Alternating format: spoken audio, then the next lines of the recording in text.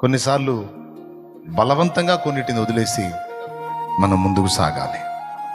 నీ అహం చావాలి, విర్రవీగే తత్వం చావాలి, దూషణ తత్వం చావాలి, పెడద్రం చావాలి, గర్వం చావాలి, కాముకత్వం చావాలి, దురాశ చావాలి, జీవపు డంబం ఎచ్చులు చావాలి. నువ్వు ఎంతగా ఈ విషయాల్లో విరిగిపోతావో, ఎంతగా ఈ విషయాల్లో చచ్చిపోతావో, అంతగా ఒక పరిపూర్ణుడైన వ్యక్తిగా నువ్వు రూపాంతరం చెందటం మొదలు పెడతావు.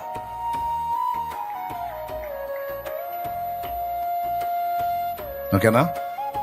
సీతకోక చిలుక గొంగళి పురుగు సీతకోక చిలుకగా మారినట్టు దానికి చక్కని రెక్కలు మొలిచి అది ఆకాశంలో ఎగురునట్లుగా రెడీ కావాలంటే దాని ప్రాచీన స్థితి చావాలి.